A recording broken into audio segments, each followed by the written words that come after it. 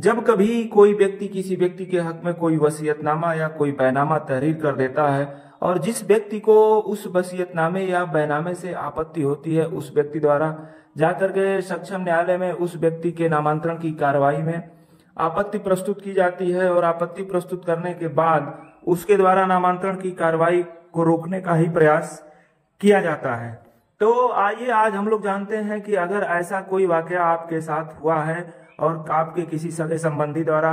आपके किसी अन्य व्यक्ति के हक में कोई वसीयतनामा या कोई बैनामा तहरीर कर दिया गया हो और उस वसीयतनामे और उस बैनामे से आपका हित प्रभावित हो और आपकी क्षति हो और आप उसे निरस्त कराना चाह रहे हो, तो आइए जानते हैं कि किस प्रकार से आपको कौन कौन से कदम उठाने चाहिए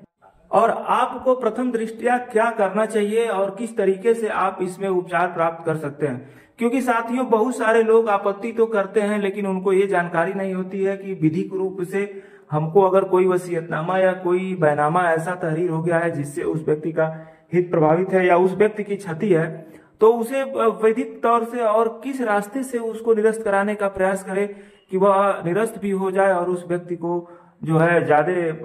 कानूनी प्रक्रिया में ज्यादा लंबा वक्त भी ना जाया करना पड़े और सही उपचार उसका क्या है, इसको आज हम लोग जानेंगे। तो साथियों, अगर किसी व्यक्ति के द्वारा कोई अनियमित और गलत बैनामा या कोई गलत वसीयतनामा किसी व्यक्ति के हक में तहरीर कर दिया जाता है, तो प्रथम दृष्टया आप उस बैनामे या उस वसीयतनामे की जो सर्टिफाइड कॉपी है, जो पक्की नकल जिसे कहते हैं, वह जाकर के संबंधित उपनिबंधक के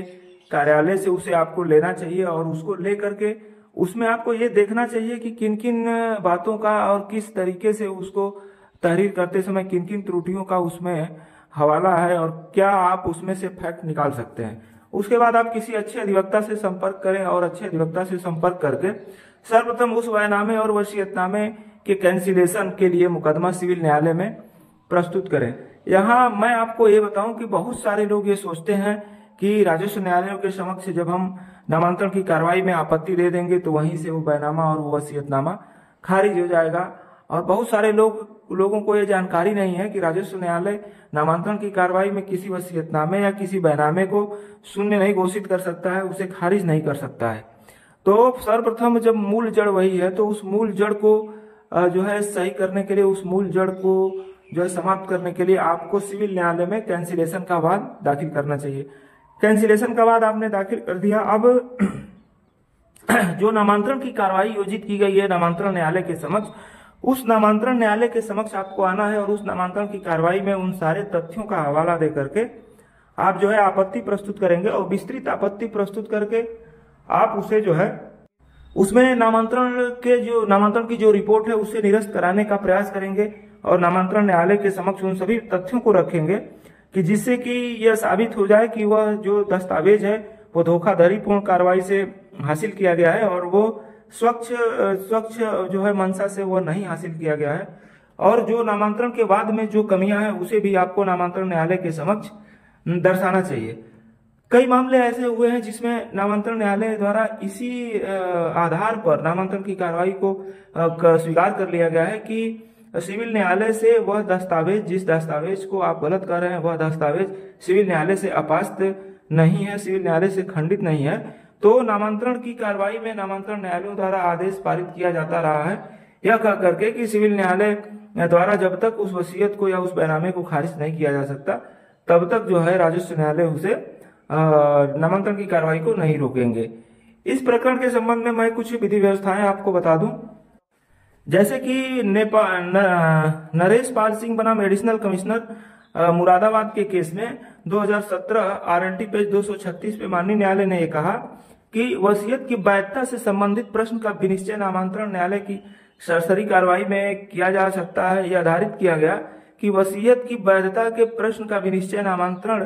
की सरसरी कार्रवाई में नहीं किया जा सकता है। ऐसे प्रश्न का विनिश्चय सिविल न्यायालय द्वारा ही किया जा सकता है। यदि सिविल न्यायालय वसीयत को साबित नहीं किया गया तो उत्तराधिकार के आधार पर नामांतरण का आदेश पारित किया जा सकता है। यानी कि वैधता व वसीयत वैध है या अवैध है इसका विनिश्चय सिविल न्यायालय ही कर सकता है। और यदि सिविल न्यायालय ने उसे अवैध नहीं घोषित किया है तो उसके आधार पर, उत्तराधिकार के आधार पर नामांतरण का आदेश पारित कर दिया जाएगा, ऐसा इस विधि व्यवस्था में कहा गया है। इसके साथ ही बहुत सारी अन्य विधि व्यवस्थाएं भी हैं